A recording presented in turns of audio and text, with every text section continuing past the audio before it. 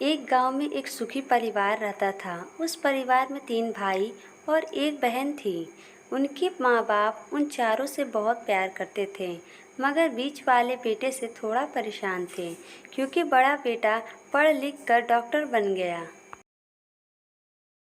और छोटा बेटा भी पढ़ लिख कर इंजीनियर बन गया था। मगर उनका बीच वाला बेटा एकदम गंवार और आवारा बनकर ही रह गया।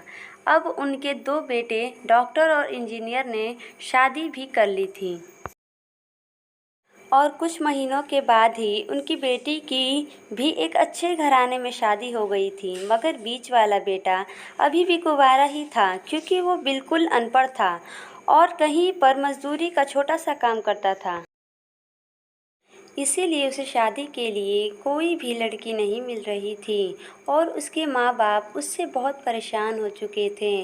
अब जब भी उस गँवार की बहन अपने मायके आती थी तो पहले वो अपने डॉक्टर और इंजीनियर भाई से मिलती थी, मगर बीच वाले भाई से वो बहुत कम मिलती थी, क्योंकि वो उसे बहुत ज़्यादा पैसा नहीं दे पाता था। लेकिन फिर भी वो अपनी बहन से बहुत प्यार करता था।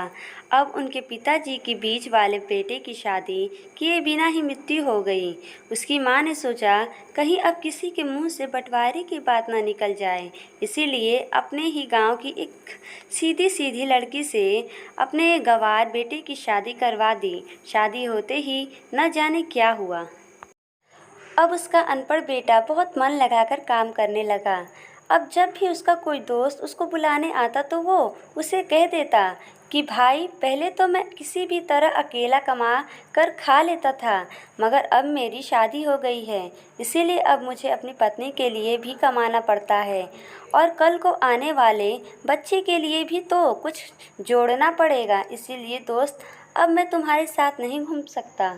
यह कहकर उसका गंवार लड़का सीधा अपने काम पर निकल जाता है।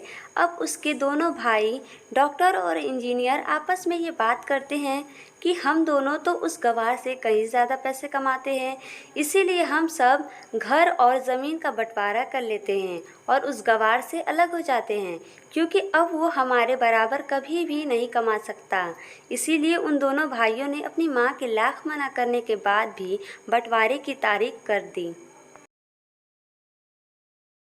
और उन्होंने अपनी बहन को भी बुलवा लिया और अपने गंवार भाई से भी कह दिया कि आज तुम अपने काम पर मत जाना, क्योंकि हम सब आज घर और ज़मीन का बंटवारा करेंगे। उसी वक्त उसकी बहन भी आ जाती है।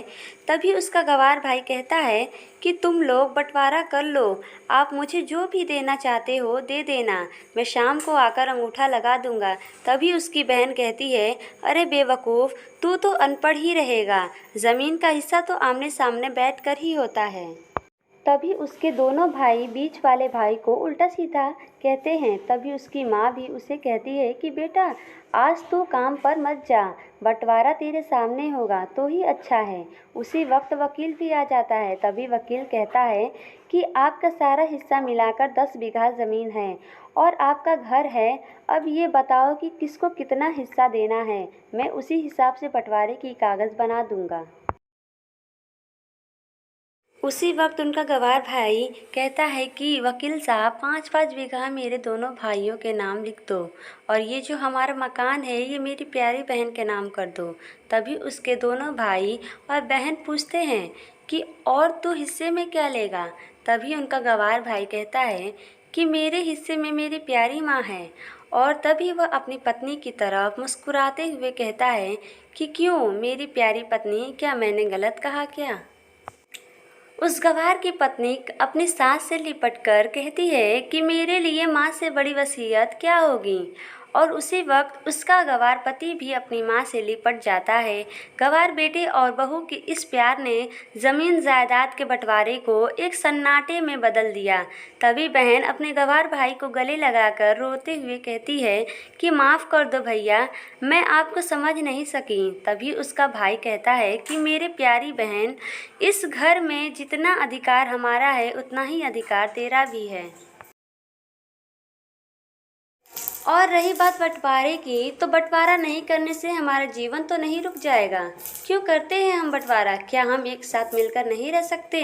जैसा हम बचपन में मिलकर रहते थे, एक साथ मिलकर रहने को ही तो एक अच्छा परिवार कहते हैं।